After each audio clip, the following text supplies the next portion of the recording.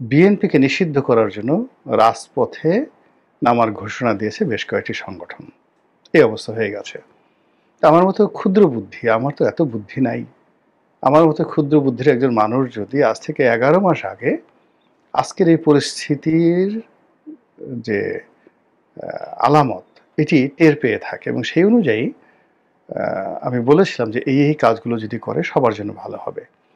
এখন যে একটা পরিস্থিতি তৈরি হয়েছে এতে করে বিএনপির ক্ষতি হবে। যারা বিএনপির ক্ষতি করবে তাদেরও ক্ষতি হবে। তাদের যে লাভ হবে একেবারেই না।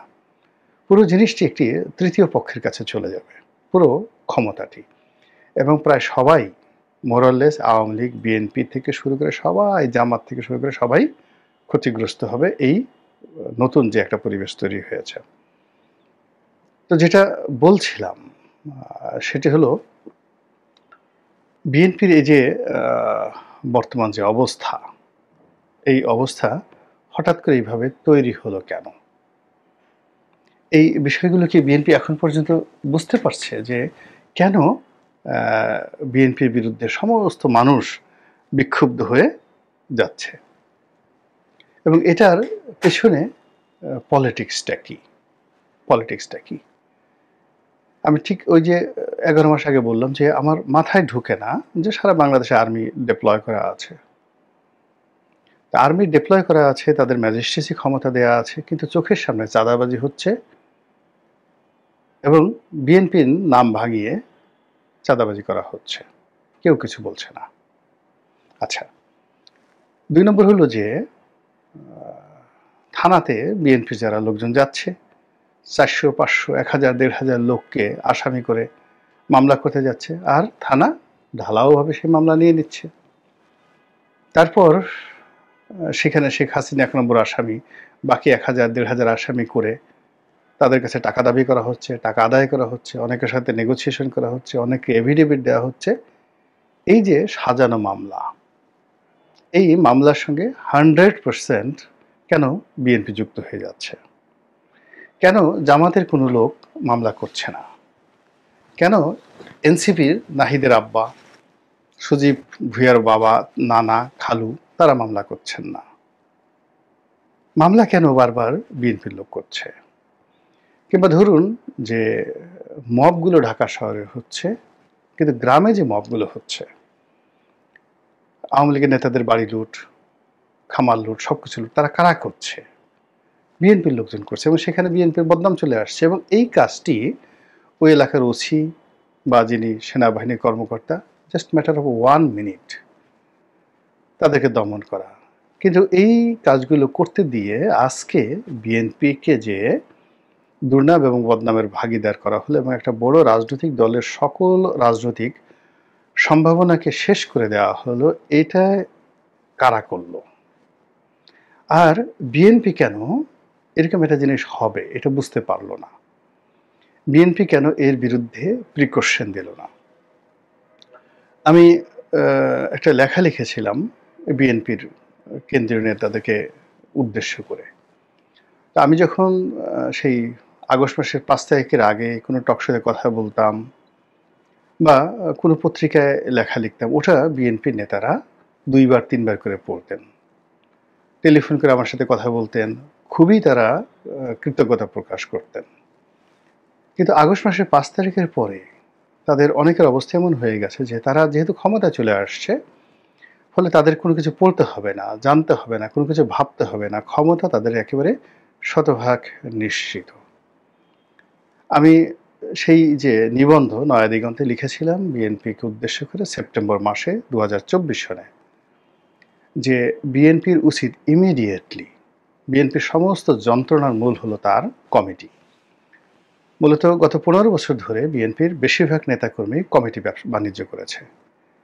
প্রত্যেকটা ইউনিয়নে, উপজেলাতে, পৌরসভাতে ২টো-৩টে করে কমিটি, ছাত্রদলের কমিটি, যুবদলের কমিটি এবং বিএনপির কমিটি। এবং এই ঢাকা থেকে এক একটা কমিটি দিয়ে কোনো কোনো ক্ষেত্রে ১ কোটি টাকা, জেলা পর্যায়ের একটা কমিটি দিতে গিয়ে ১ কোটি টাকা ঘুষ লেনদেন হয়েছে এই গত ১৫ বছরে।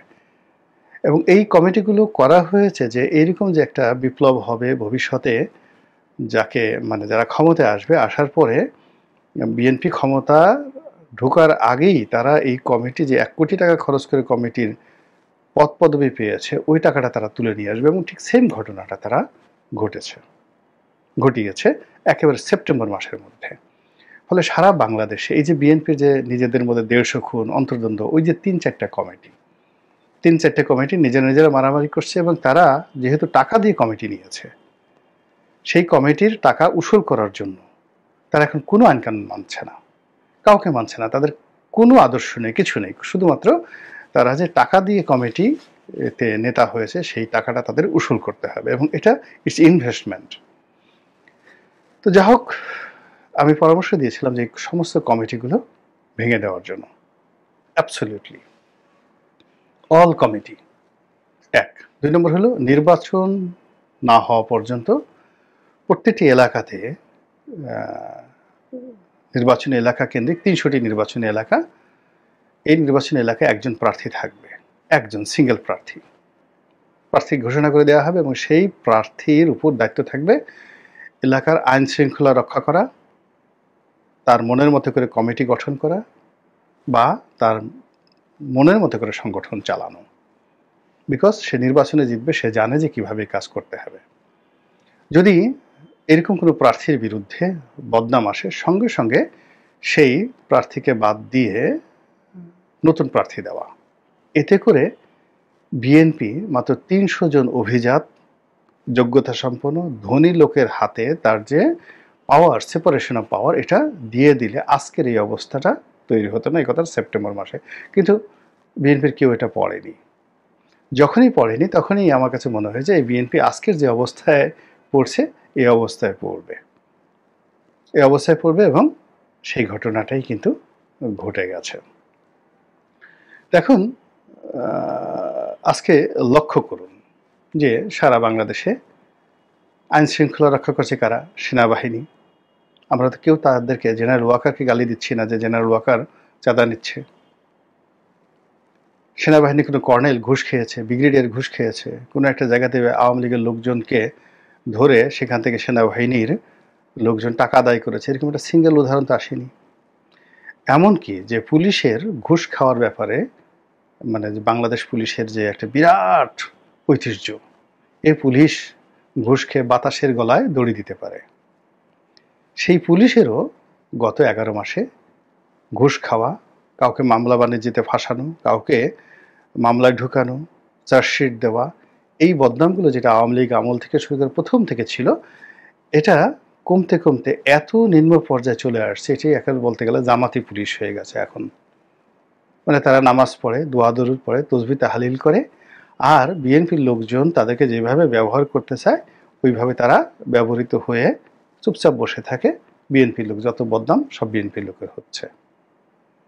তো এই যে কাজটি হচ্ছে 11 মাস ধরে, বিএনপি যদি নাকে তেল দিয়ে ঘুমায়, বিএনপি যদি খালি বক্তৃতা দেয়, বিবৃতি দেয়, বা তারেক রহমান সাহেব লন্ডন থেকে শুধু যদি সতর্ক করে চক্রান্ত হচ্ছে, কাজ হবে না তো। এখানে it's the time to show the action, to take the necessary action. এখানে রিয়াকশন দেখালে কাম হবে না, অ্যাকশন দেখাতে হবে। সেই কাজটি বিএনপি করেনি। ফলে কি হলো, এই যে সারা বাংলাদেশের টেকনাফ থেকে তেঁতুলিয়া পর্যন্ত সমস্ত দায়ভার, চাঁদাবাজির দায়ভার, টেম্পো স্ট্যান্ড দখলের দায়ভার, হত্যাকাণ্ডের দায়ভার, মামলা মোকদ্দমার দায়ভার, মবের দায়ভার, কোর্ট কাছারিতে একে ডিম মারা, ওকে লাথি দেওয়া, ওর জামিন না হওয়া, এইগুলোর দায়ভার সব কিছু বিএনপির ঘাড়ে চলে আসছে। অথচ দেশ চালাচ্ছেন কে? ডক্টর মোহাম্মদ ইউনূস। কেউ তো বলছে না ডক্টর মোহাম্মদ ইউনূস ঘুষ খাচ্ছেন, কেউ তো বলছেন না। মানে আমরা এখন যেমন ওনার যে শফিক সাহেব নামে একজন, ওনার যে প্রেস সচিব আছে, তার প্রতি অনেকেরই খুব বিক্ষোভ রয়েছে, কিন্তু প্রেস সচিব কি এ যাবৎকালে একটা ঘুষ খেয়েছেন? কোনো একটা মামলার তদবির করেছেন? কিংবা উনি ঢাকা শহরে একটা বাড়ি করেছেন, বিদেশে টাকা পাচার করেছেন, এরকম একটা উদাহরণ কেউ দেন তো। ওনার আশেপাশের লোক যারা আছেন, প্রধান মানে উপদেষ্টার কার্যালয়ের যারা লোকজন রয়েছে, আপনি তাদেরকে বকাঝকা করতে পারেন, অপছন্দ করতে পারেন, কিন্তু বিএনপির যে বদনামগুলো আছে সেই বদনাম তো ডক্টর মোহাম্মদ ইউনূসের পিয়ন, ড্রাইভার, দারোয়ানদের হয়নি। যারা দুই একজন উপদেষ্টা রয়েছেন সেই উপদেষ্টাদের এপিএস পিএসদের বদনাম হচ্ছে, এটা ঠিক আছে।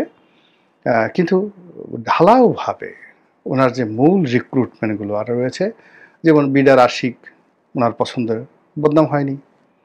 লুৎফে সিদ্দিকী উনি দিচ্ছেন, বদনাম হয়নি। খলিলুর রহমান উনি উপদেষ্টা হিসেবে নিয়োগ দিয়েছেন। খলিলুর রহমান ঘুষ খেয়েছে বলেন তো এখন পর্যন্ত?